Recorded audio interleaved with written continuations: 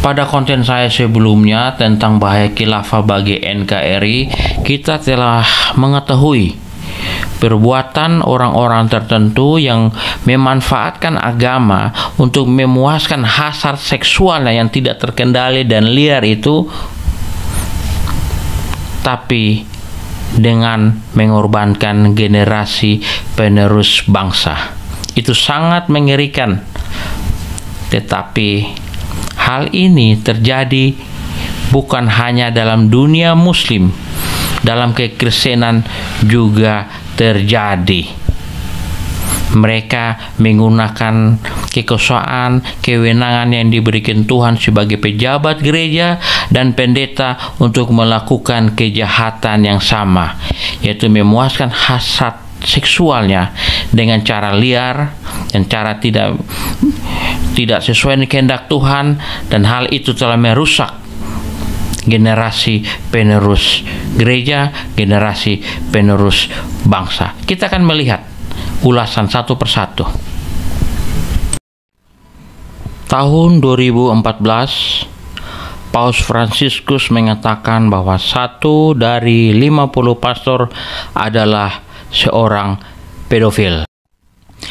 BBC News Indonesia pada tahun 2017 menuliskan bahwa puluhan ribu anak di Australia dirundung secara seksual mulai dari sekolah, gereja, dan klub olahraga di seluruh Australia. Ini pengakuan yang mengejutkan juga. Pennsylvania Grand Jury menuliskan bahwa terdapat 300 pendeta Katolik yang pedofil. Ini mengungkapkan fakta yang juga mengejutkan.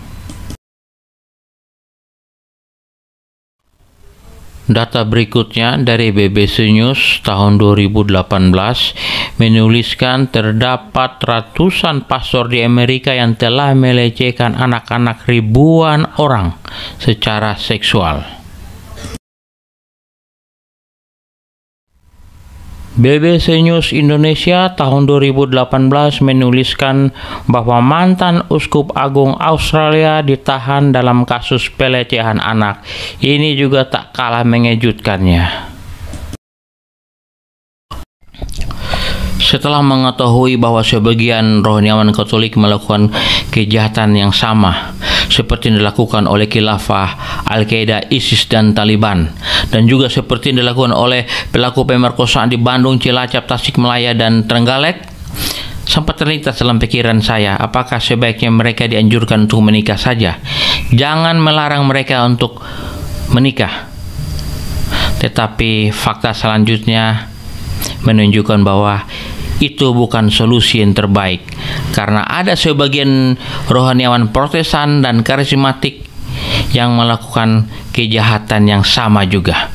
Padahal dalam karismatik dan Protestan tidak ada larangan untuk menikah, tapi mereka melakukan kejahatan yang sama juga.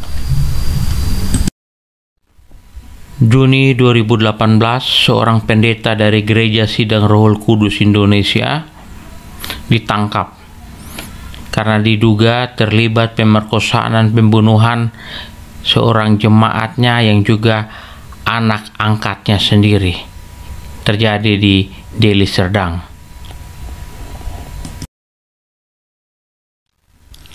Salah satu kejadian yang mengerikan terjadi pada tahun 2020 ketika seorang pendeta karismatik hendak memberkati jemaatnya untuk menikah di dalam gereja. Pada saat itu, jemaat wanita menolak untuk diberkati sambil histeris. Akhirnya terungkap keburukan yang terjadi selama bertahun-tahun. Rupanya jemaat wanita tersebut telah diperkosa oleh pendeta yang akan memberkatinya sejak usia 12 tahun yang terjadi di dalam gereja juga. Setelah diperkosa, pendeta mengajak anak itu untuk berdoa. Sangat mengerikan. Tak habis pikir.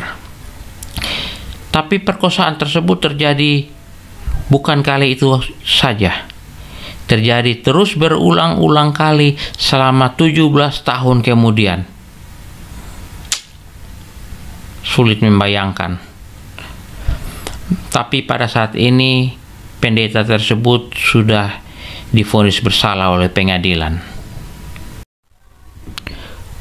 Bulan April tahun 2021, seorang pendeta dengan inisial BS di Medan diduga menggunakan ayat suci Alkitab memperkosa siswi SD.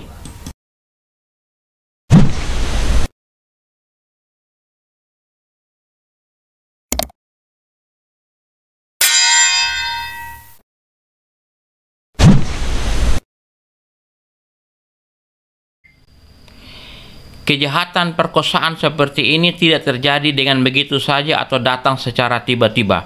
Semuanya bermula dari sebuah keinginan kecil yang dipelihara dalam imajinasi liar untuk mendapatkan kepuasan-kepuasan yang tidak wajar.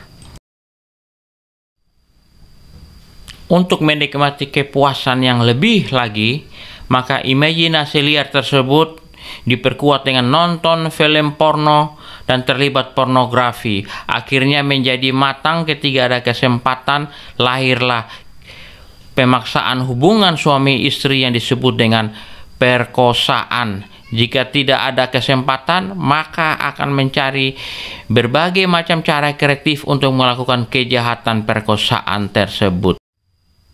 Mencegah kejahatan perkosaan terjadi harus dimulai dari diri sendiri, karena kejahatan itu dimulai dari sebuah keinginan. Kendalikanlah keinginanmu, jangan biarkan dia berkembang dalam imajinasi liar tanpa kendali, karena itu akan berbuah kejahatan. Stop nonton film porno, stop pornografi.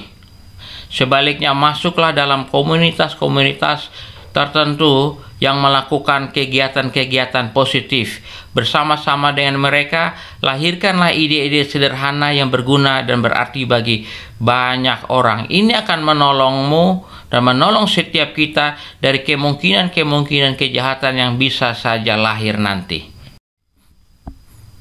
Kepada orang tua, saya sarankan untuk jangan pernah biarkan anak-anakmu berada di luar dari jangkauanmu dan dari pengawasanmu. Jangan pernah biarkan mereka berbicara dengan orang asing yang tidak dikenal tanpa diketahui apa yang sedang dibicarakan. Pastikan ada orang ketiga yang mendampinginya. Jika anak-anakmu harus belajar kelompok, pastikan tempat belajar kelompoknya diketahui. Dan pastikan juga mereka membawa handphone supaya mudah dihubungi. Bagi anak-anak orang Kristen yang sering melakukan retret keluar kota, pastikan anakmu juga membawa handphone ke sana. Dan jangan mau jika ada seseorang yang menyuruhnya untuk meninggalkan handphone untuk alasan apapun juga. Sekalipun dalam keadaan silent, tetapi handphone harus dibawa, karena Anda tidak tahu apa yang terjadi dalam perjalanan, di tempat retret dan sepulangnya dari sana. Tapi lebih daripada itu, berdoalah bagi anak-anakmu kepada Tuhan yang mampu menjaga mereka melebihi daripada apa yang dapat Anda lakukan. Para pelaku kejahatan perkosaan sudah ditangkap, baik yang di Bandung, Cilacap maupun Tasikmalaya. Saat ini mereka sedang masuk dalam proses hukum. Sudah pasti akan mendapatkan hukuman yang tegas. Tetapi bagaimana dengan korban? Kerusakan emosi, psikologi, dan mental yang terjadi akibat perkosaan tidak mudah untuk disembuhkan dengan begitu saja. Tanpa kurangi rasa hormat, proses pendampingan terhadap mereka tidak bisa menjamin mereka akan pulih 100%. Mengurangi, ya. Tetapi pulih 100% sulit.